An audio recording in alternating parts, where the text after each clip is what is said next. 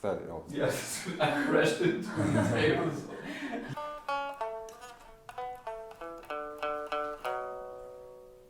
Where have you been before? Like, you traveled a lot, you said.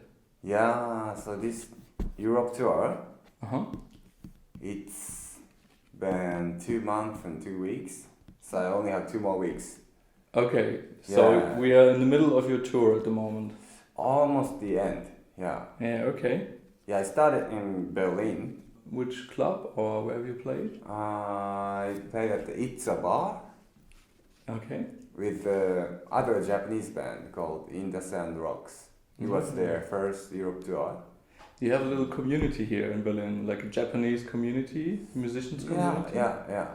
Oh, nice. No, but they came from Japan, actually. And I played at Neon Kunst. It's like a little gallery. Neon Kunst? Yeah. And then at the Carnival de Kulturen. Oh, yeah. Yeah. They booked you for Carnival de Kulturen. Yeah, 3 years in a row. Wow. I've been playing.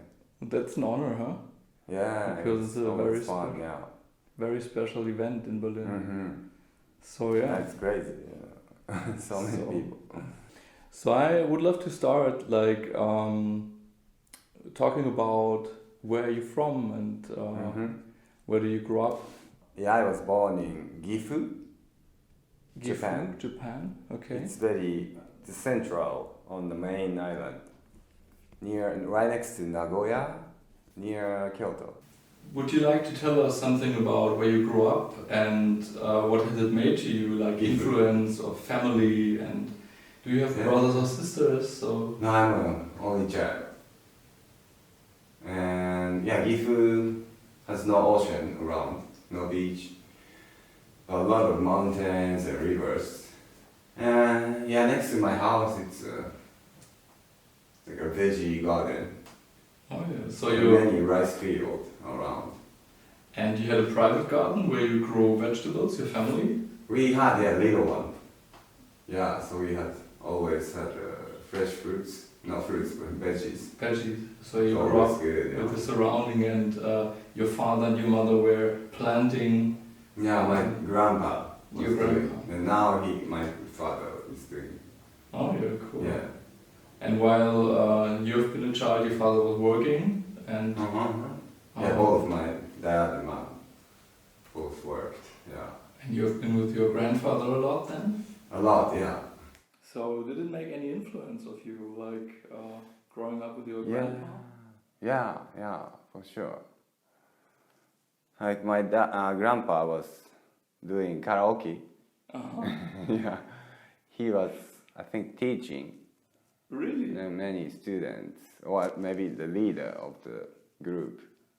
So he was teaching karaoke or music? Musician? Karaoke, yeah. Really? Yeah.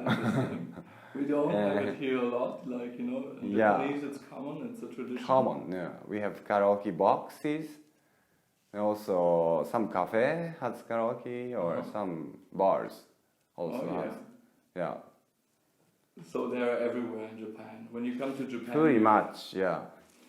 And would it just a shortcut of that, like because I don't know much about karaoke. Yeah. For Germans, for me as a German, I would say it's a lot of fun to get over your line. Yeah. To get into the uncomfort zone and start singing. It's like at the beginning, I was shy. Yeah. Yeah, you was shy at the beginning? Yeah, like, I think I went to karaoke when I was 10 or 11 with my parents, but never sang. I was shy.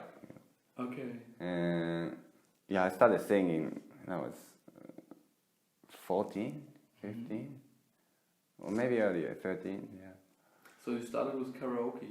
Yeah, I guess, before I started playing the guitar. Okay. I also, my dad, he plays a classical guitar. And concert guitar. Yeah, like a classical, nylon strings. Exactly, yeah. And the blues harmonica, and mandarin. So I was, watching him playing sometimes. Oh yeah. But he never taught me. But I was, I touched the guitar a little bit sometimes, playing. And he was pushing you a little bit? Nothing, no. Nobody pushed you anywhere? No. So And I'm sure my parents didn't expect I do music. Okay. Yeah. So why do you think, have you been shy? Is it like for me, like Japanese culture is a like respectful and shy culture? Yeah. So did you, where did it come from, your shyness? What do you think? So it's very it will be a long story if I tell you the whole Japanese culture. But so since we closed, Japan was closed for 350 years until 160 years ago. Closed for foreigners. Foreigners, yeah. Maybe only a few countries we did import, export, but pretty much closed. So in Japan, like the highest condensed original people on the island, like 98 or 9% of the popularity is Japanese in Japan. So everybody looks, maybe to you or to Western people, looks almost the same, same hair color, same skin. Some people really want to stand out, but at the same time, a lot of people don't want to stand out. Okay. So there is a very so very deep roots to your home extreme difference, and like karaoke, like singing in front of many people. Like many people are being shy about this. So is it like I would say an instrument to overcome shyness? Yeah. Was it for you the same? Was it for you the same? Yeah, definitely. Like you have after I started playing the guitar, I wanted to show, And you wanted to sing and you wanted to show your music, At the beginning, as I was getting better, I want to show off, like a little kid. With a lot of energy, So it was from the first time that you get a lot of energy from your playing and from your music. Yeah. So how old have you been when you started playing guitar? I was 15. 15. Yeah. Okay. And then you had a advisory in that? You had something, a teacher that you looked I had a private teacher for 4 years. Nice. Yeah, from 15 to 18. And I'm sure you started with concert guitar as well, like the string, 6-string concert guitar. I started with the acoustic, but I didn't like it so much. Very quickly I changed to electric. Yeah, okay. Yeah. That's interesting. I'm playing. I wanted to be the fastest guitarist. Yeah. Shred. Yeah. That was your goal. But at the time, yes. At the time with 15 or crazy 17. technique, like how fast I can go playing, like tapping and Cool. But soon after I started listening to Chili Peppers, Red Hot Chili Peppers, then John Frusciante became my hero. Okay. And then Jimi Hendrix. Also a legend. Yeah. But after I started listening to Chili Peppers, the music taste completely changed. I was more into funk and blues. Wow, so different things. Yeah. Also, I moved to America when I was 18, right after I graduated high school. So the whole thing changed my music style. Yeah. So let's get it together a little bit. Like you started playing guitar with 15. go over your shyness, being very deep into guitar playing and singing. And then while you were in school, with 18 you finished school in Japan. Is it regularly or is it like... high school, High school, okay. So and after 18 you said to everyone, bye-bye, I'm gone. Because I wanted to make a band. Yeah, that was your plan? Like Chili Peppers and play worldwide. But before I became solo, I was in a band called 4 Minutes Till Midnight. And we were touring a lot. In America, every year we did Japan tour. And once we signed to Universal Music in Japan.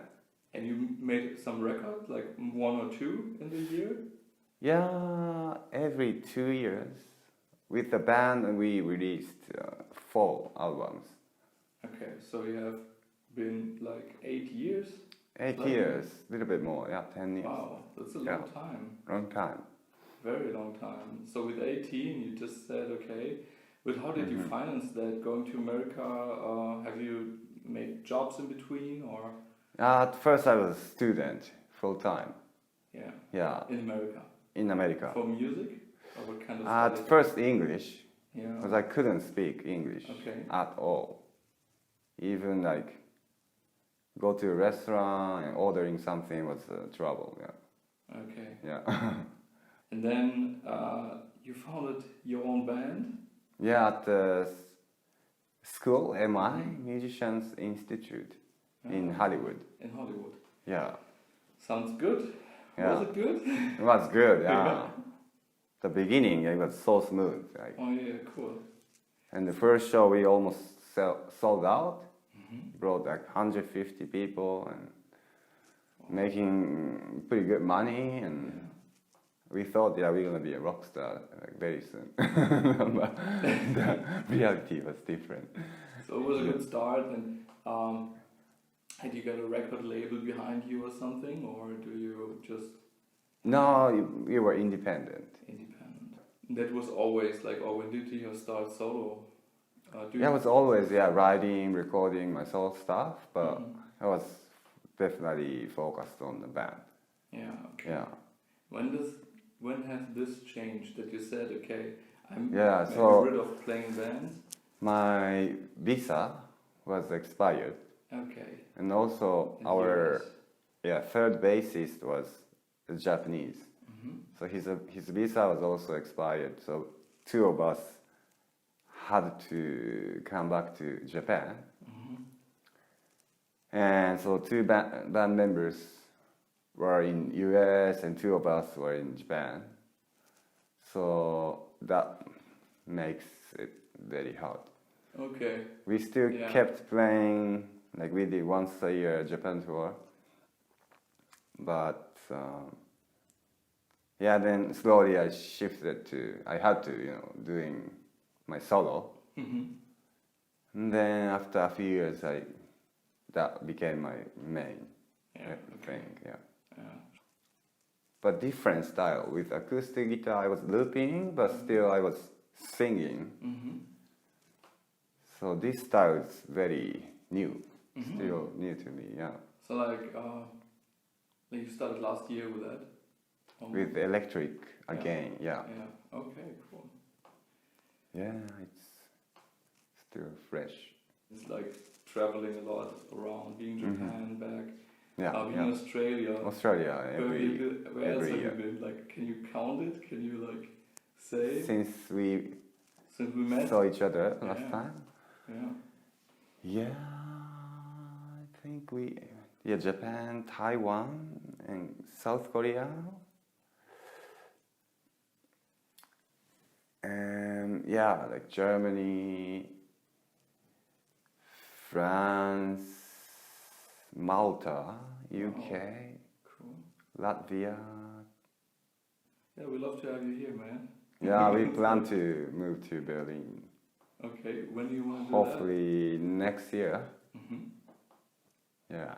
So then we have when you're traveling around, at the moment you don't feel like having a base, or where do you feel home the most?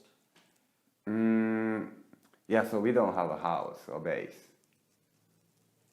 But yeah, I feel home in Berlin a lot. Mm-hmm. Also my home city, Gifu. Yeah. Sure. Yeah, maybe those two. For me, yeah, I want to have a room where I can write and record. Oh yeah, sure. That's very important, yeah. It's necessary. You need that for your creativity then. Yeah, I had a little studio until 2017. And that was nice. Every night I go there and write and record. I would say let's talk about your sound, and also I want to go a little deeper into the mix of sound, video, and performance you do, because I think these elements are very special to you, to your solo career, and makes Kenta Hayashi as a guitarist a fully like a fully impact of your style. Yeah, looping. Yeah. So let's talk about that. So how do you describe your sound? Yeah, it's a hard question. Yeah. Yeah, I know. Many people many times ask me the question. But definitely the looping became my main thing. Can you explain what the looping is for all the people who are watching? Yeah. So it's almost now, it's like a hip thing to loop, yeah. Okay. Like many people, even in Japan, like they started using the word like looping or looper. What is a loop in music? Well, how can I... So, but this is almost like not a genre, but I use Roland Boss RC 300. Yeah. That one, it's like this and has three channels. So you use a Roland AC300. That's a RC 300. Yeah. And that's a machine where you can produce loops while you are playing. Yeah. So let's say and get some like loops you recorded before in as well. So you can mix live and recorded ones. Right. You can do that while you're playing on the stage. Yeah. But I never used the recorded sound. That's my rule, yeah. Okay. Strictly live looping. Okay. So everything you hear at my show, I'm creating the sound there. It's not a rhythm, it's only kick and hat and snare and tom. Okay, but you mix, that is fixed on a machine and you mix it live, always? It's not mixing, like I push the kick and it has snare, for example, like hat, so the and then I add like snare, and then I add like tom, like so you have snare and tom. So individual and you sound, push it in and then it's running as a loop. So it's So I record one by one, yeah. So at the beginning, I was, as I told you, I was in a band and so used to playing with drums, bass, and singer. And I became alone. And at the beginning, I was singing with the acoustic guitar. Yes. But you wouldn't, maybe you could, but normally you wouldn't play at the main stage, right? Okay. One guy singing with the acoustic guitar. Maybe Paul Simon or some legend do, but so I wanted to make as strong the sound as the band. Okay. That's how I started looping. So you wanted, as a solo singer, songwriter, musician, guitar player, you wanted to be like a one person on stage who sound like a band. Yeah, one-man like band. 5 or 6 people. Yeah. Okay. Yeah, at my house I was trying different loops. With the mic, doing some percussion thing. Percussion, yeah. And Is it like a beatbox with your mouse, or how can I? You could say beatbox, but to me more like making sound. Yeah, something like kick, like I hit the mic. Can you do one? Like can you do something that I can better imagine what it is? So like kick beat.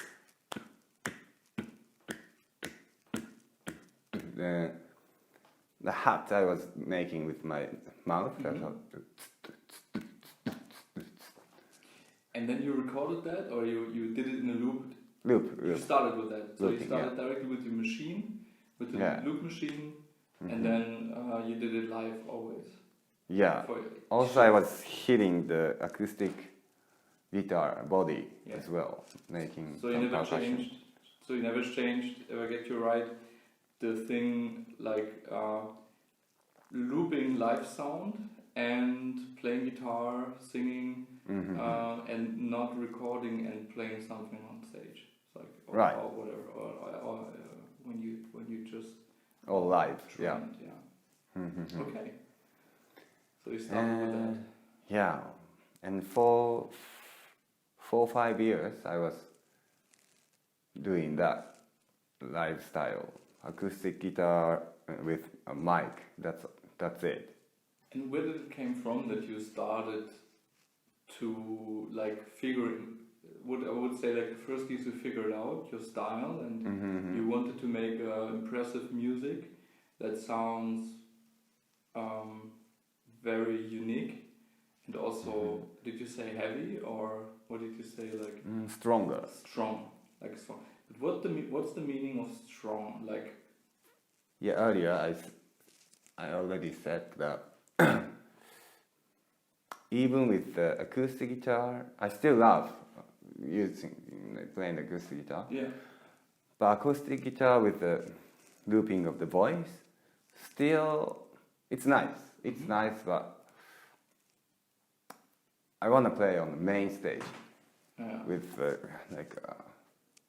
10,000 people or something like that. That's my natural passion. Okay. I want to see like everybody, they connect, Yeah. Become one and dance. So that's why I changed to electric. Yeah. The main reason maybe was the feedback. Acoustic guitar, I was always battling with the feedback. Okay.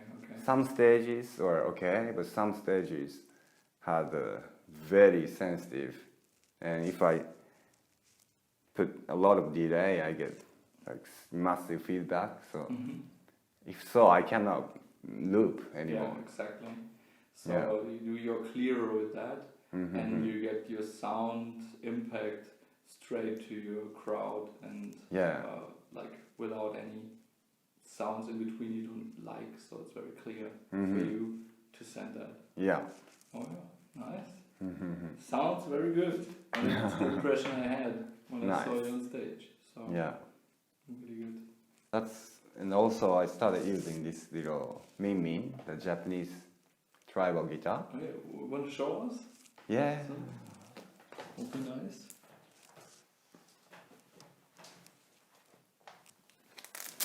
I hope the tuning is okay.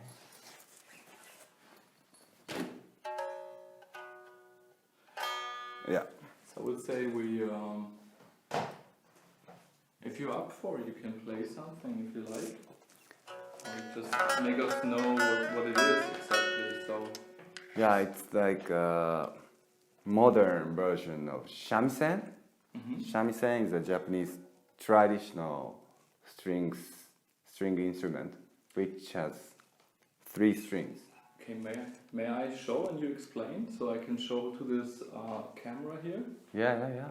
So this is like how the sweet min guitar is looking like. Yeah. Japanese traditional instrument. This is actually not traditional. Okay. But modern version of traditional. It's only 10 years or 11 years old. can plug it in. So Yeah. this is Kenta's acoustic guitar, which he was playing a lot on stage, but also at the moment he's only playing with the electric guitar. Yeah. But this is the acoustic. Yeah. You have it every time with you, huh? Yeah. Now, I brought it to the guitar. It's very nice, sweet. Craftsman, Mm-hmm. and he actually put this input afterward. The original one doesn't have. Okay. So you constructed it like you want to have it, that you can use it on stage. It's interesting too. Yeah. So you're breaking the rules, yeah? You like that? Yeah. What did the Japanese say that you like format this guitar, and what did they say or think about it? I sent the video Yeah. to the creator of this, Mimin. Mm-hmm. Yeah, he loved it. That he was like the creator, which was getting your idea into an instrument of having an electric min guitar. So you're the first one to have an electric min. I don't know. I don't know. Possibly. We'll figure that out. Okay. Yeah. Next interview, you will let me know. Yeah. Yeah, without plugging the amp or speaker, it's pretty quiet. But We can set up something later on. We can set up later and record something. yeah.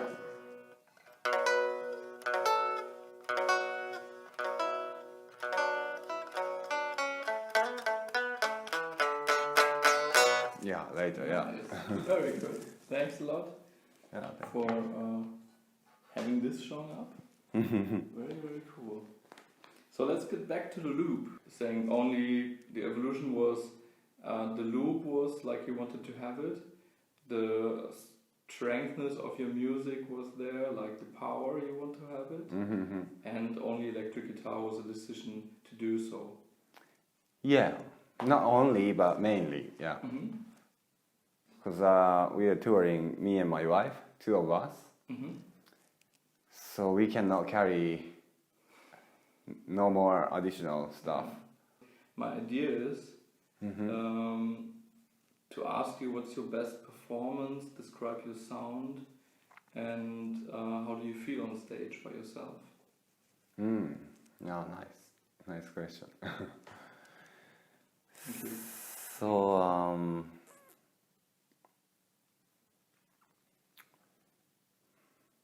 So the shows, I feel I did really good. I did good job. That's when I felt, or I was in the zone. It's also hard to explain, but sometimes if I don't, like let's say that the monitor speakers were not good, Okay. or like having feedback or some technical difficulties happened, then I cannot be in the zone. Okay. Yeah, it's almost like another like dimension. Like I'm here, but maybe my spirit or those energy wasn't here. Maybe also was here, but also up there, or I was maybe connected to some special, like holy energy. Then I was in the zone. Yeah, I think it's very spiritual. Like when I'm in the zone, maybe there is no time or the boundary of the body. I feel like I'm connected to the higher self, like energy in the universe. Because I'm not thinking anything, you know, like, because human, we do things with a thought, right? Like I'm hungry, so I eat. Yeah. But those moments, I feel like super energy is using my body to express the frequency with my music of through my music frequency. So I and audience feel that like holy energy, and they also get into the zone. If I look, like, let's say my wife is filming, and then I watch the video afterward, I'm like, how I can do this, you know? Okay, nice. Without that kind of holy energy, it's impossible. Right? Do you have the phrase or the feeling or the groove I was creating, it's not normal. You know? I know. Yeah, I close my eyes very often when I play in show. Yeah. But the eyes goes up, so making a white eye like this.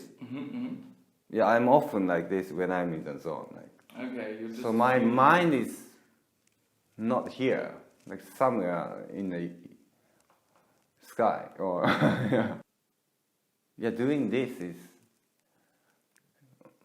like sharing what I believe and what I love, and also so the playing shows, but also creating something new and like go over my limits over and over, and also creating some albums, like recorded stuff, that all of them are very, it's like a pure joy to me. Yeah.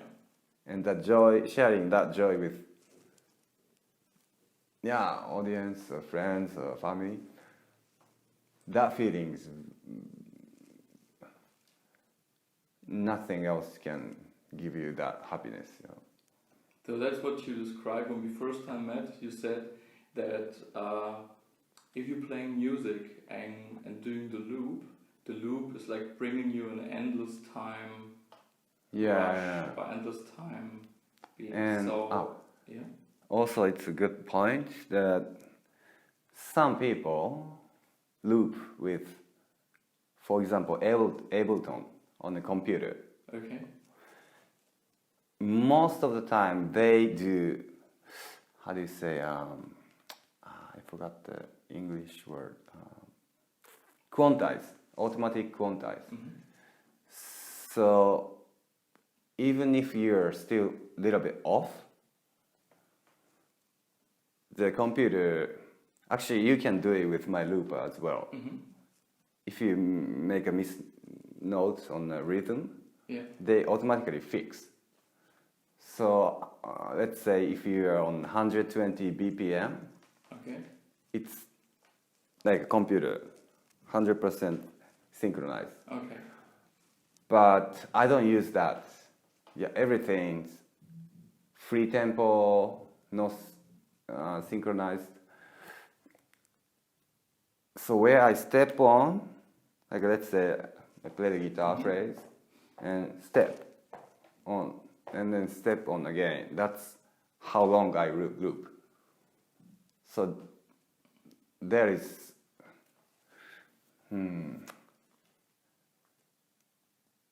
So since I don't use that quantize, my groove is very organic, you know. Not like a DJ or electronic music. Even though it still sounds like electronic music. So that's my, I would say, interesting or strong point. That you can really feel the human groove. Yeah. Even though I'm looping. And it's really about the groove and feeling, like funk music. I loved funk music for a long time, and I still love. But like those good funk music, for example, you get if you're watching the amazing funk band at the show. They. So you want to make people connect with your music, yourself, and themselves.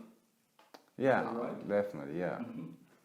Because audience affects my looping as well.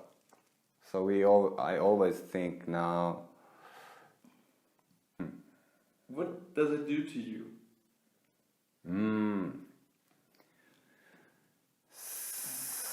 So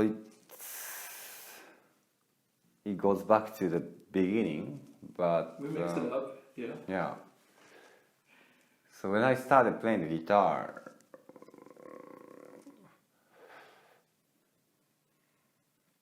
instantly I felt, I want to do this forever, in this life. Yeah. And I also felt some sort of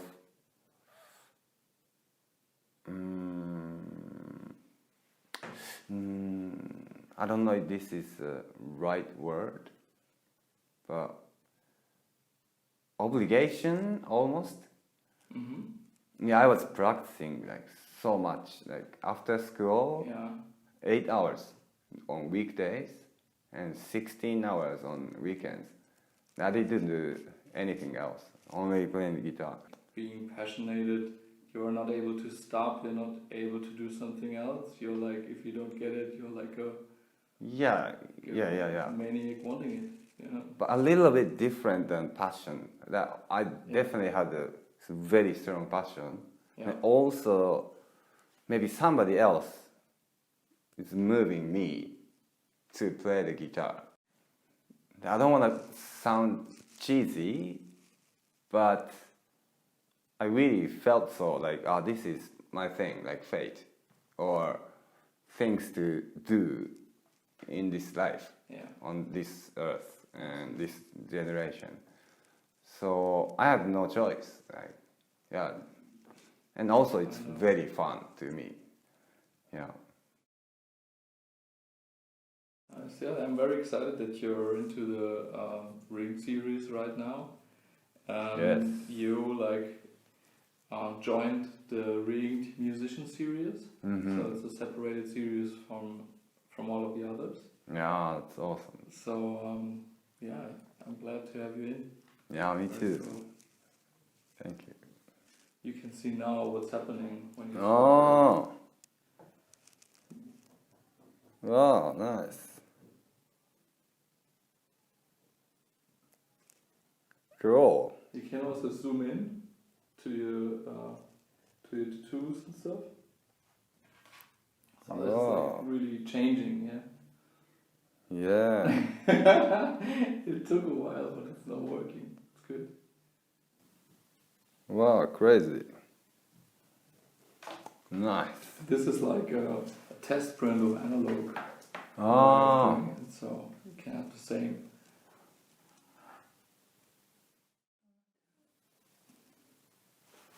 So also, what I wanted to ask, we had this experience in this shooting doing the Ring picture. I just was wondering what's standing on your chest. This one. Yeah. This tattoo. Yeah. So this is from my grandma's wall. It's a pretty big, like old Japanese painting. And I took a picture, and I got the tattoo because I love the meaning. It came from the Buddhism, but I think it's not only for Buddhism. So it means the last part. This is Ichido means a path or one street or walk way.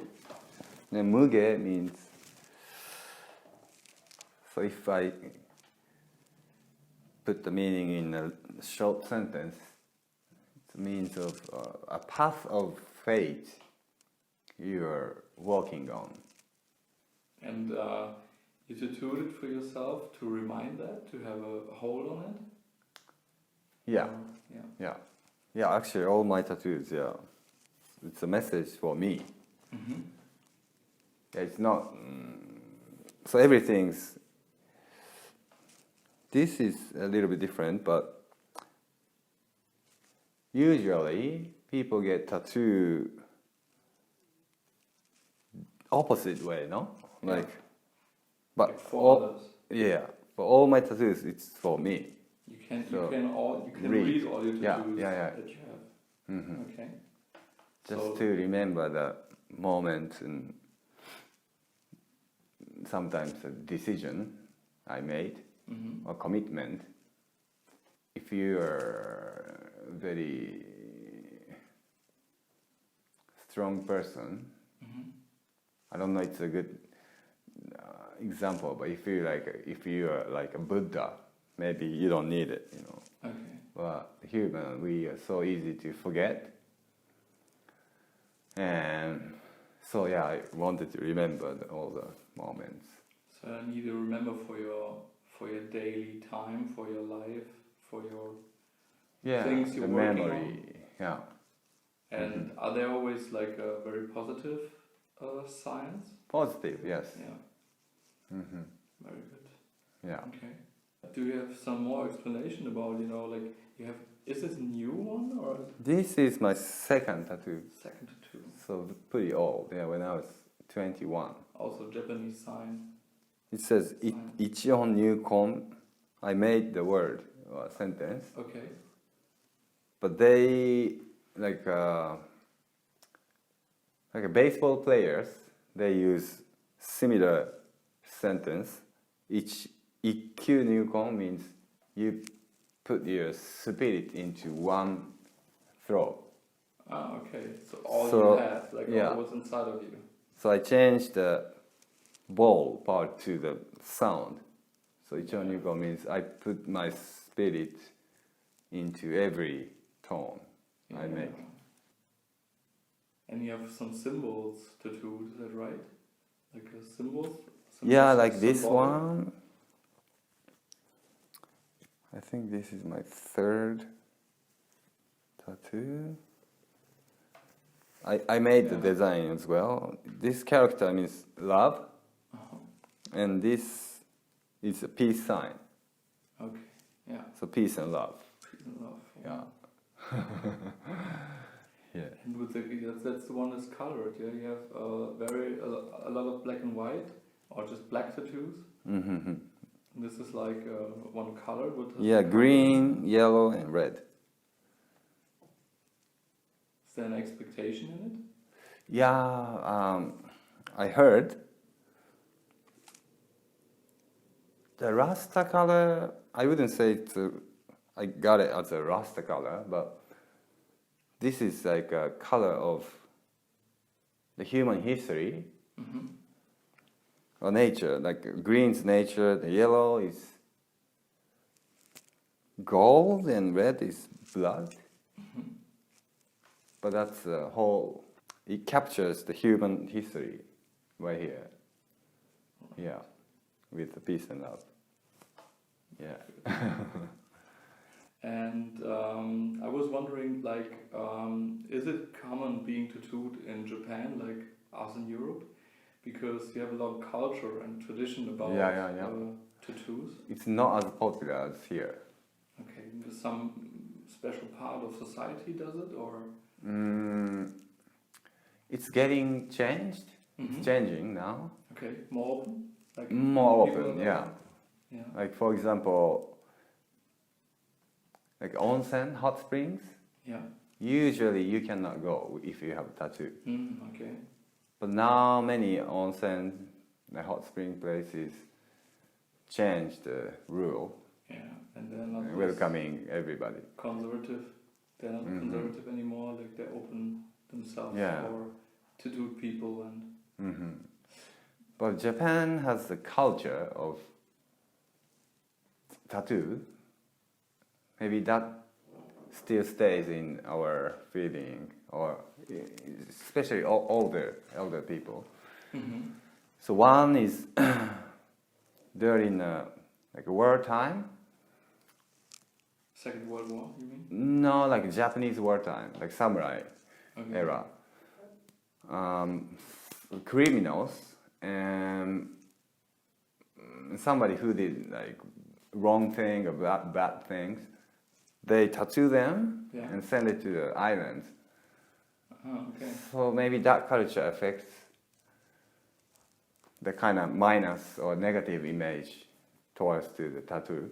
They can see, yeah, you can, if you have to tattoo, mark them? yeah, they're criminals. Okay. Mm-hmm. That and also, cruel past. yeah, Yeah. and also Japan has a huge culture of yakuzas, you know,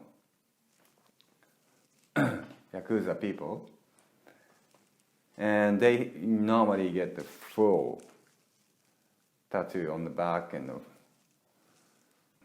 since yakuza people have the culture of tattooing,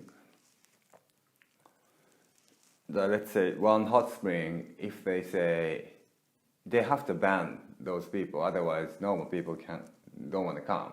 So it's scary, you know, in a looking. public bath, public swimming pool, it's not allowed to show you tattoos. Usually not. Yeah, okay. Even still, for this kind of generation, Japanese people, yeah, some of them have very negative and more conservative for that image towards the tattooing. Yeah. So, what was your decision to say I want to be tattooed? Yeah, the first one I got it when I was 17. Mm-hmm. That's illegal, you know.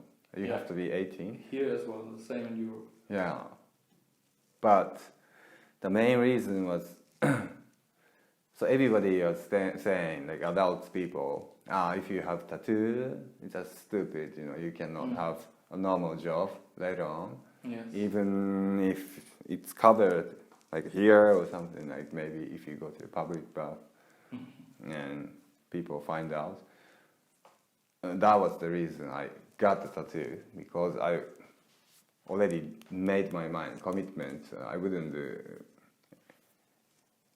I do music. I wouldn't do anything else. Okay. So it was your that was my commitment. Yeah, here, and then the second tattoo I got it on my finger, something the most visible. Okay. So I know one-way ticket. You know. Yeah. No coming back. Wow. Yeah, that's pretty. Wow. Yeah. Mm-hmm. That was like a very. Well, how old have you been then? 18? Like when you left Japan, or have you? 18. Yeah. So almost when you left Japan, or? 1 year before. So it was also like a middle finger to society. No, not like that. No. But it's to me. It's commitment. Okay. Inside of me. I'm not like saying fuck you to anybody. You know. Okay. Yeah. That's good. Yeah. It's my commitment. Yeah. And you have been going on with that. So are you like fully planned what you want to do, or like is it very spontaneously that you say that tattoo? That you want a new one, or like start up with it? It's like the time by time, you know. I had some very emotional experience, or so found something very new and important to me, and I want to remember. Yeah, those time I got tattooed one by one. Is it a feeling that if you don't tattoo it, you may forget it? Yeah, that too. So it's a fear of forgetting something, or staying on the line? Not so much of fear, but it's also a commitment to myself. Yeah. How do you say? Wrinkle on your face, like this. I think that's the word. Yeah. Yeah, I think it's the same to me. If you get. So you're growing with your tattoos. Almost. Yeah.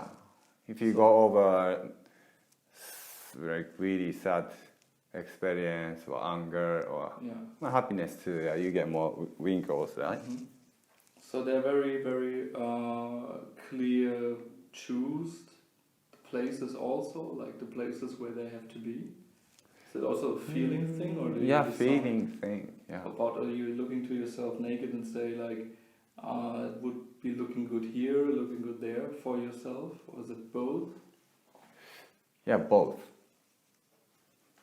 For example, this tattoo. Yeah, I wanted to get it somewhere very obvious, and also where it hurts the most. So that's why I chose here. That was the most painful tattoo I had. I can imagine that, yeah. Yeah. And what about the pain in a tattoo? Is it something you go through? You say, be brave? Yeah, so it's kind of like experiencing a very important or sad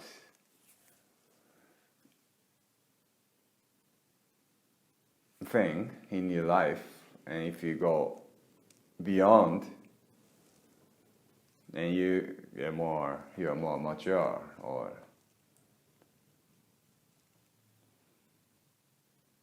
so I think it's like this. Okay. Yeah. Yeah. So, because some people say they're like addicted to tattoos, like also addicted to this part of getting loose of control and give control to somebody else and to somebody who hurts you then. Yeah. So is this also a part for you? Not really. Just a part of changing, like the whole Re-Ink project is about transformation, how somebody changes course of tattoo and body modification. Yeah. This is like, my question behind is like, you see yourself like you are, but you have the idea of changing you. And what's the deeper thing to do? So there's a thinking of changing, but there's a doing of change, which is painful and almost not reversible. Yeah, I'd say, I want to remember that emotion and experience. That's why I get to. So, and if the pain is stronger, you remember more. In my logic. Yeah. Yeah, okay. So I'm not changing myself with the tattoo. I just remember that moment. But maybe that too. Both. Yeah, both. I guess. But the reason why I get tattoo is not I want to be somebody else. Not like I want to remember that moment. Yeah. That's why I got all these tattoos. Yeah. It's interesting because while you remember, then you're changing. That's interesting aspect, I think. Do you have? I don't have any. I'm not tattooed yet. Maybe it will become. I don't know. But I'm totally interested in this transformation. That's my topic, and I really was talking like till I was a teenager to people who have been tattooed. So I'm really interested in this also braveness to do change like that. Yeah. Like the non-reversible but you have to come to this part, like you said, like that was the best example I've ever heard. Really, like you tattooed your hand, and then it's like a really social aspect being in Japan, having tattooed your hand. Everyone is maybe really thinking, a lot of people thinking like, what's this for a guy, like you're a stranger then in your own country or your own little, I would say, habitat you came from. No? And then it was, I'm sure, like after your story, it was also a change to yourself to also have the goal to go to another country as well. Like, they're coming a lot of things together. Yeah.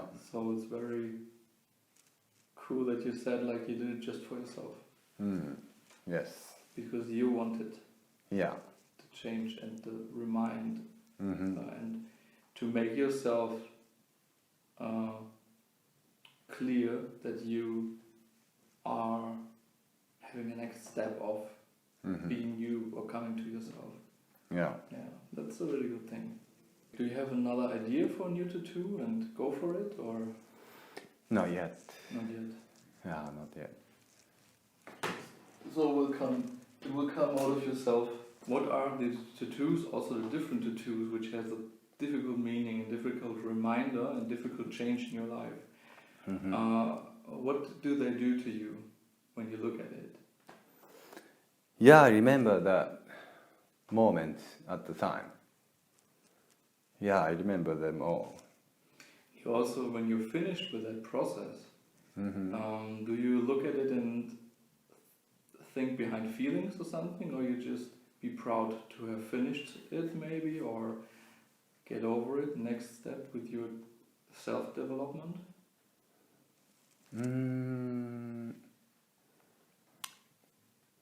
I guess it's a life work, a lifetime work.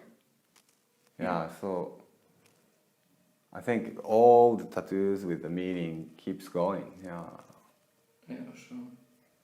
That's I feel like coming back. it's not like this one finished and next journey and finish.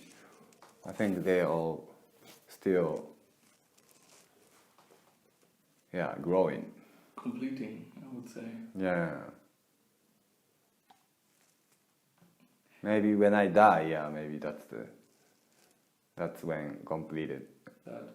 And it's good to look at the tattoos and think about the meaning I put, And at the time, it's a good reminder, and it's nice to do that. On yours, I really love to have a list, like have a list of Kenta Hayashi tattoo 1, first, second, third, and then the meaning, and then nothing more. Your personal meaning of that. Could you do that for me? Like write that down? Yeah. That would be perfect. And then you can like have a view to that. And because it's so personal to you. It's not. That's a difference, I think, of people who do tattooing, because they're not always. I'm sure they're not always doing the most people for themselves. A lot for show to get more, how do you say, like attention, right? Attention. Maybe some people do it for attention, but you do it for really yourself and your self-attention to grow. Yeah. That's capture the moment, the emotion of that moment, Exactly. Yeah. But I think, both is okay or good. Doesn't have to be like this or that. It's all a process. Yeah. That's okay.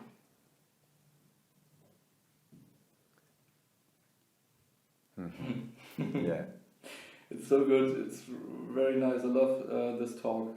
Yeah, me too. I'm really not sure if I'm going to like other questions or something, because I'm so satisfied. Yeah, like I'm not hungry for looking for something or whatever, or see. That's the best. Yeah, I would say maybe we just finish that. Yeah. I just go through and you see if I have just one thing that's maybe important. But really, I would say we will meet up another time whenever. I have no idea when and what, but we will. So, we will. We can always go on. Yeah. I think it's like we can make a loop out of it and go into the zone together again. Yeah. What do you think? It's good? Sounds good. Yes. Okay. So thank you, Fitz. Arigato. Arigato. Okay.